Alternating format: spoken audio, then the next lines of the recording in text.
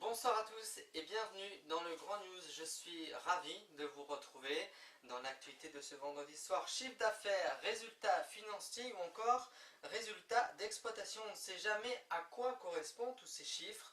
Alors combien les entreprises gagnent-elles réellement? Je vous propose de voir ce décryptage de nos envoyés spéciaux Amélie Ifenecker et Jean-Pierre Allegret pour Le Monde en partenariat avec le Grand News. Regardez.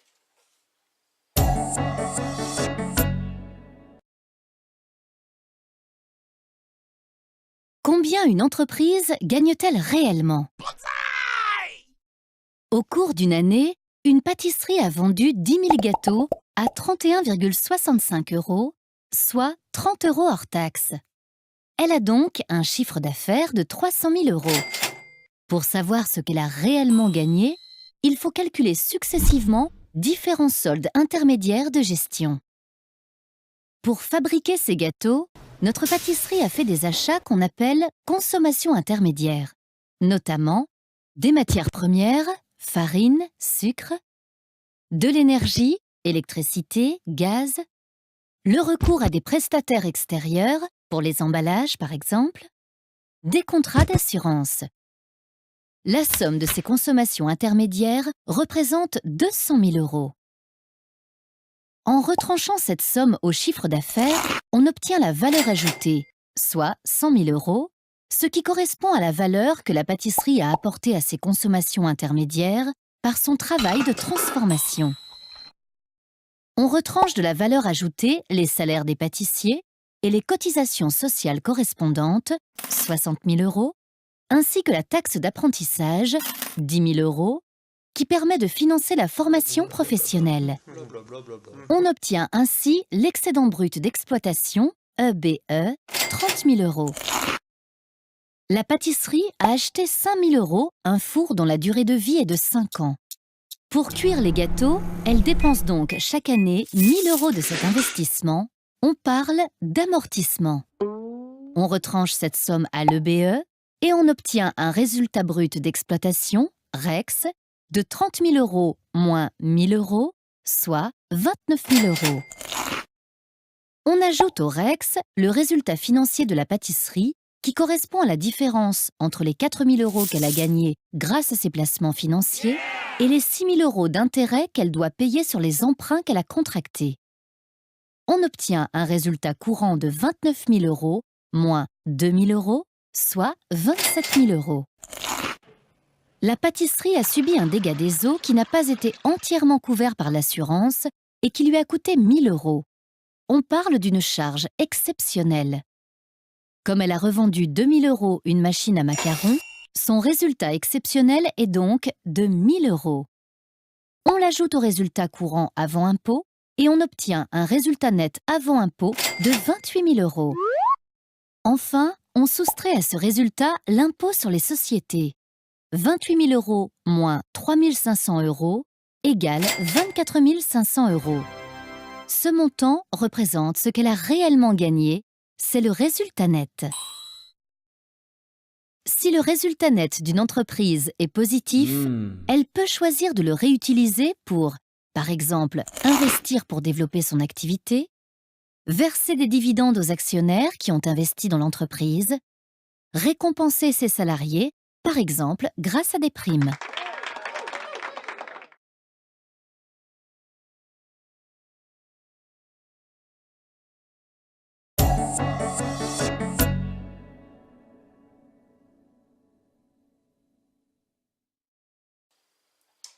Et voilà, et désormais, vous savez tout sur les chiffres d'affaires, les résultats d'exploitation et finalement tous ces chiffres, vous savez désormais à quoi ça sert.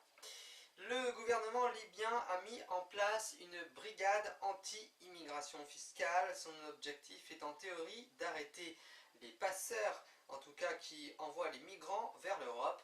Regardez ces images signées Samuel Gatapap.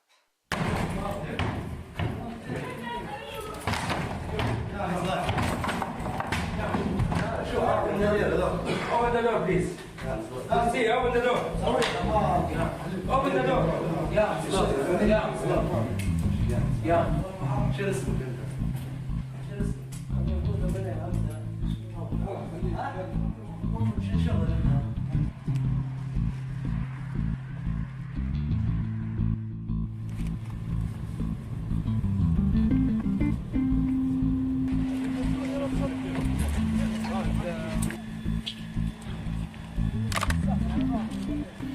That very night these people came around 4 o'clock a.m. to attack where we stay. They did not check anything. They just came and just, attacked us, raided us there and, transported us to the police station here.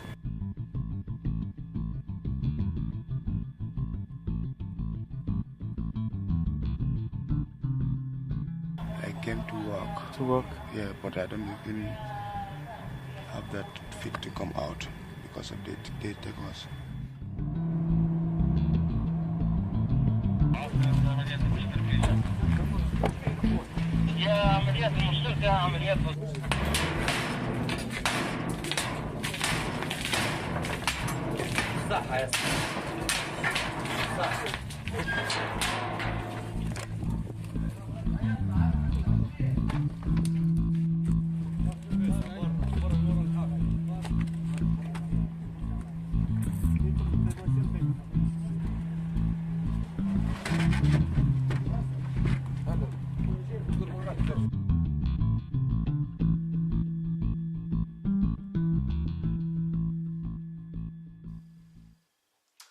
Et tout de suite, on retrouve notre ami Joseph Cabri pour décrypter toute l'actualité people de la semaine. Joseph. Et c'est donc l'actualité people de toute la semaine à retenir, où nous allons bien sûr parler des au revoir d'Eligius et bonsoir Joseph Cabri. Bonsoir Monsieur John Arnaud, j'espère que vous avez passé une excellente semaine. Oui, avec les auditrices et les auditeurs. Avec le grand news, cela va toujours. À vous Joseph, bonsoir. Ok, super. Bon, je tiens à dire bonsoir aux auditrices et aux auditeurs. J'espère qu'ils ont passé eux aussi une excellente semaine. Alors, nous allons commencer par notre ami Baba Amina. En fait, figurez, il veut, à la télévision, animer le 1er septembre son émission pendant 24 heures d'affilée. Voilà, on verra à la rentrée s'il va le faire, s'il va battre son record ou pas. Hein. Ensuite, nous passons à la Loana, de la toute première télé-réalité qui fête d'ailleurs cette année ses 15 ans. Qui va mieux déclare, ce n'est pas la télé-réalité qui m'a détruit, mais mon entourage. J'étais entouré de mauvaises personnes. On lui souhaite tout plein de bonheur et de réussite pour son avenir. Il est dit que Prince, avant sa mort, n'aurait pas dormi pendant 154 heures, ce qui correspond à 6 jours quand même. Ce qui nous fait nous poser pas mal de questions, parce que pour peut-être 6 jours ne pas dormir, il faut soit avoir de certaines drogues en soi, soit prendre des médicaments qui nous empêchent de dormir. Et est-ce peut-être cela, à mon avis, dans lequel il a dû peut-être abuser, qui a été mauvais pour son corps. Nous le saurons par la suite, car une autopsie doit être faite, mais je ne sais pas comment ils vont faire l'autopsie, j'espère qu'ils vont faire avant, parce qu'il a été dit que le corps a été brûlé, quoi. Je ne me rappelle plus comment on dit. Mais Joseph, pardon, dans Touche pas à mon poste, il parlait de grippe qui avait été mal soignée. Oui, mais ça c'était auparavant, ça. D'accord. C'était auparavant parce qu'il y a une semaine, justement, lors d'un concert, il a dû être hospitalisé, on l'avait hospitalisé directement en hélicoptère parce qu'il se sentait pas très bien, justement. Donc on en saura plus de toute manière par la suite parce qu'une autopsie doit être faite. France 2 annonce la dernière saison, donc ce sera la 9e, la saison prochaine qui va être diffusée, de Pépassi et Pépassin. Selon un médecin de l'ORL, la voix de Xavier Demoulin, le monsieur qui fait les informations sur M6 le week-end, oui, je pense que vous devez connaître, aurait une voix qui amènerait à de l'érotisme. Donc, je pense que des femmes... Voilà, nous avons eu une excellente nouvelle de la part de Aspatou qui nous a annoncé d'attendre un beau bébé. Donc, le papa, et ce dont C'est je moi. découvre par la même occasion, et M. John aussi me l'a dit aussi, et n'est que l'animateur Vincent Cerruti. On leur souhaite beaucoup de bonheur, bien sûr, à ce couple et à leurs enfants à venir. Evelyne Thomas bat des records d'audience avec son émission de C'est mon choix sur TV25, avec des audiences enregistrées jusqu'à 250 000 spectateurs. On n'oublie pas que pour une petite chaîne de la TNT, c'est une très belle audience, on va dire. Evelyne Thomas est une très grande professionnelle et je trouve que son émission est enrichissante.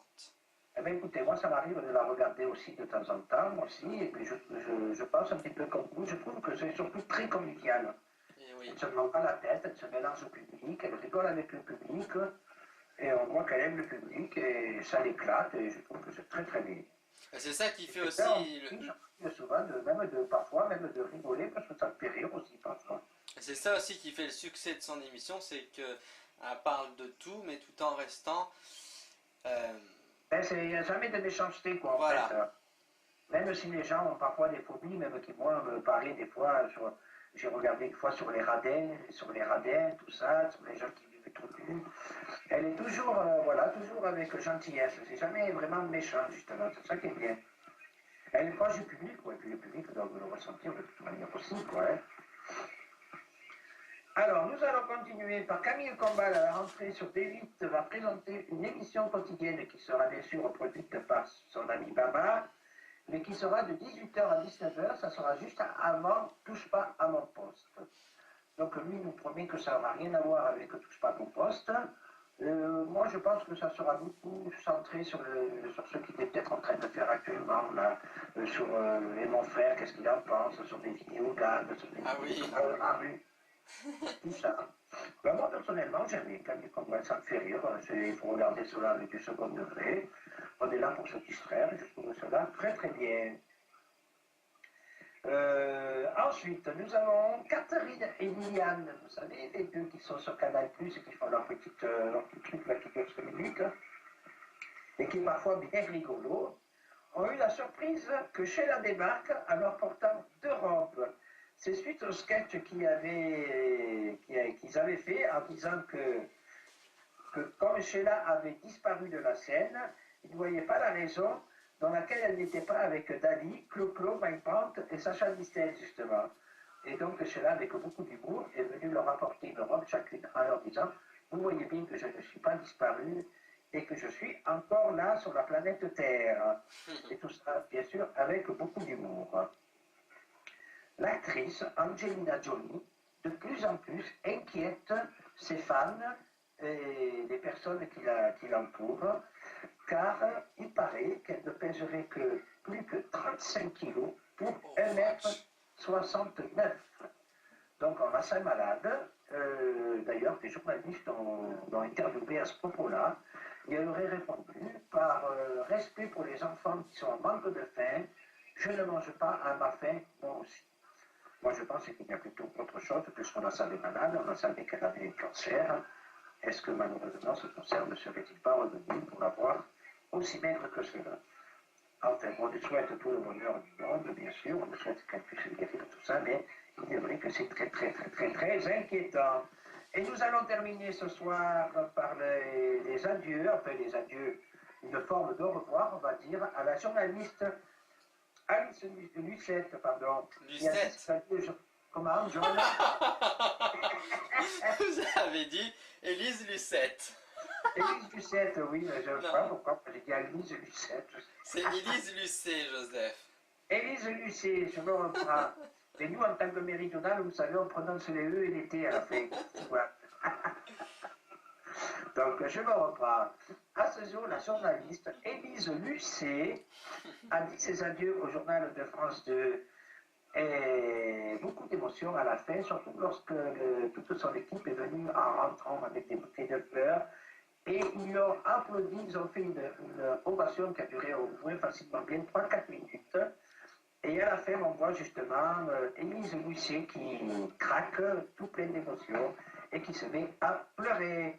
On lui souhaite tout plein de bonheur, parce que comme vous le savez, je vous l'avais dit, il me semble qu'elle allait faire un envoyé spécial, qu'elle avait déjà son émission déjà, et qu'en plus elle allait faire aussi complément d'enquête sur France 2. Donc, elle quitte une porte pour en trouver une autre porte qui est bien plus grande, ouverte encore. Voilà. Joseph, Oui, pardon. vous n'allez pas conclure The People comme ça. Qu'est-ce que j'ai oublié? Renaud, Et qu'est-ce que je devais dire sur Renault? À part que son album marche très bien, voilà. et qu'il a fait, mais ça je l'avais dit déjà la semaine dernière.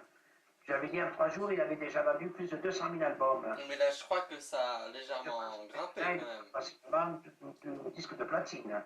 Donc on peut le féliciter, parce que c'est plutôt c'est un retour en force. Ah, mais bien sûr, tout à fait. Mais je pense qu'on l'a un peu trop vu, Renaud, donc je pense qu'il doit se dire je ne me fais pas trop voir, parce que trop de se faire voir, c'est pas trop bon non plus. Donc parfois, il vaut mieux se faire oublier pour mieux revenir. Exactement. Voilà, monsieur John, donc c'est ainsi que s'achève la presse people pour cette semaine. Je vais dire au revoir aux auditrices et aux auditeurs. On les retrouve à vendredi prochain, bien sûr. Et je leur souhaite un excellent week-end ainsi qu'une excellente semaine. Voilà, monsieur John. Merci. Et je vous laisse retrouver monsieur John Arnaud, bien sûr, en direct. Merci beaucoup Joseph Cabri, on se retrouve la semaine prochaine, donc on sera bien évidemment au mois de mai, ce sera à 20h15. Merci. Yes. Et vous savez très bien que vendredi prochain, que c'est le mois de... on sera début mai, donc je vous parlerai beaucoup, bien sûr, de l'anniversaire de Dalida, ce qui fera 29 ans qu'elle nous aura quittés. Et d'ailleurs, nous organiserons une soirée spéciale, donc dans le Grand News. Il n'y aura pas d'actualité cinématographique ou culturelle. Ce sera basé, bien sûr, donc on fera ça vendredi prochain, basé que sur notre Dalida qui disparaissait il y a 29 ans maintenant. Merci Joseph, on vous souhaite un très bon week-end. Merci. Merci à vous. Et on retrouve bien sûr Joseph Cabri vendredi prochain dans un numéro exceptionnel du Grand News, puisque le Grand News sera consacré à Dalida pour ses 29 ans de disparition. Dans le village d'Émilie-Romagne à Pedropio, plus précisément, ce village est en Italie, où est né et enterré Benito Mussolini. Le maire de là-bas souhaite avoir un musée qui fascine le monde entier. Voici ces quelques images que la rédaction vous a concoctées, juste pour vous fasciner. Giorgio Frassinetti est le seul à détenir les clés de cet immeuble à l'abandon, ancien siège régional du parti fasciste. Le maire de gauche de Predapio, la ville natale de Benito Mussolini, a dû se battre contre les idées reçues pour mener à bien un projet un peu fou, ouvrir un musée sur le fascisme, ou plus précisément, et pour éviter toute polémique, un centre d'études et de documentation sur le fascisme. À Predapio, l'unique solution que nous avons trouvée pour échapper aux mains de ceux qui réduisent la ville à cette image, c'est la culture et la recherche historique. Plusieurs fois par an, des manifestants font le voyage à Predapio pour rendre honneur au Duce. La crypte où est enterré Mussolini attire des dizaines de milliers de visiteurs par an, tout comme sa maison natale. Orlando Bonotto a fait 300 km pour la visiter avec d'autres amis, tous habillés d'une chemise noire, symbole des milices fascistes. Moi, je suis de droite et je remercie ce monsieur pour ce qu'il a fait. Il a fait l'erreur de s'allier avec Hitler, mais après les années 50, combien d'hommes politiques s'en sont mis plein les poches? Pour les antifascistes, la nécessité de briser le tabou était primordiale aussi. Après les premières hésitations à l'annonce de ce projet, l'Association nationale des partisans italiens, les résistants, a finalement donné son feu vert. Cet effort que nous faisons, c'est d'offrir à Predapio une chance, une alternative à tout ce qui a été fait ces dernières années ici et qui a donné naissance à des manifestations pour le moins discutables, comme par exemple les magasins de gadgets, etc. Le gouvernement italien soutient le projet et a promis d'apporter des fonds. La rénovation du bâtiment et son aménagement en musée devraient coûter 6 millions d'euros, financés dans sa quasi-totalité par de l'argent public. Le centre devrait ouvrir ses portes en 2019. Et c'est la fin de ce grand news. Merci à vous de l'avoir suivi. Vous pouvez retrouver la rediffusion exceptionnelle ce soir à 22h55, demain à 9h et dimanche à 8h55. Je vous attends bien sûr dans le grand news dès lundi. Je vous souhaite de passer une très belle soirée, un très bon week-end et donc à lundi. Merci, bonsoir.